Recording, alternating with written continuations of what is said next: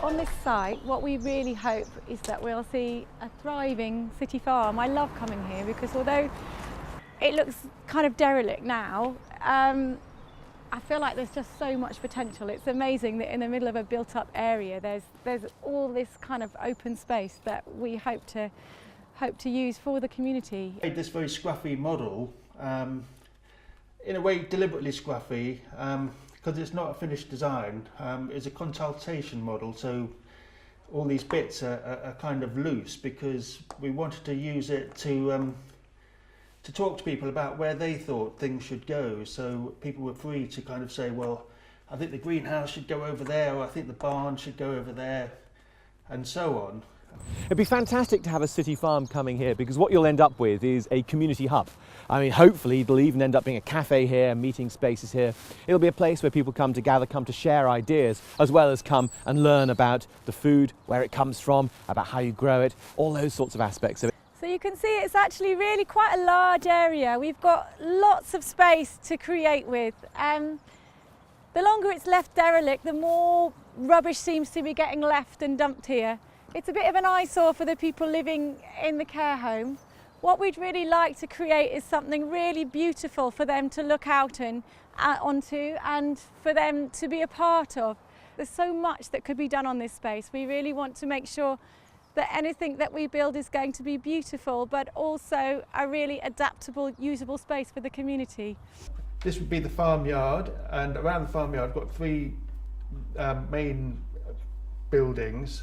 This is a greenhouse, this would be a barn, and this would be a building with a small cafe and a classroom in it, and a kitchen and some loos and some admin and storage space. It'd be really fun if there was a city farm because then we could play with all the animals. We hope that we will have animals, so classic farm animals, the smaller kind, so sheep and goats, maybe a pig, probably a visiting calf over the summer.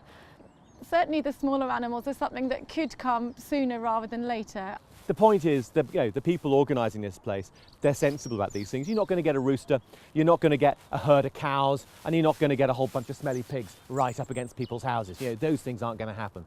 It will be appropriate use of livestock, educational use of livestock. It's not going to be generating vast quantities of food, meat and milk and things. It'll just be small amounts of stuff to illustrate the way that food can be produced in a wholesome and sustainable manner. We do a lot of vocational work with young people, and we realise that it's respite for some students. It gives opportunities in possibly farming, possibly veterinary, horticulture, and we want to get young people interested in that.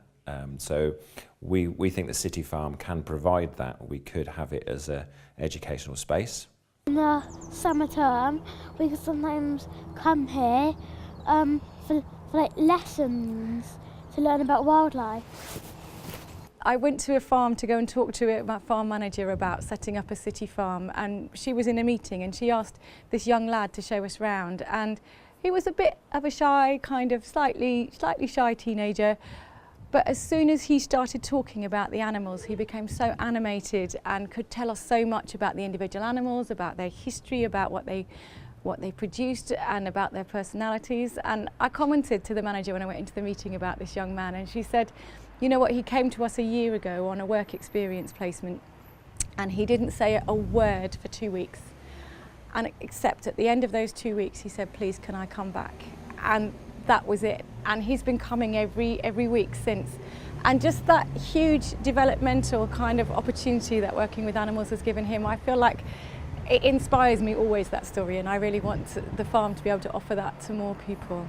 All around the outside would be a zone of spaces where stuff is grown. So along the bottom here would be sort of allotments and raised beds and things. Here would be a kind of a tree nursery. This would be an orchard area, and this part here would be a forest garden. If you were to look at the land right now, it's brambles weeds, bumps in the turf and a strip of tarmac. It looks a little bit like a runway. So we had a wonderful day here a couple of months ago building these raised beds. People came from the local community with amazing skills and energy. We had to cut back loads of brambles. We've had to dig out bramble roots.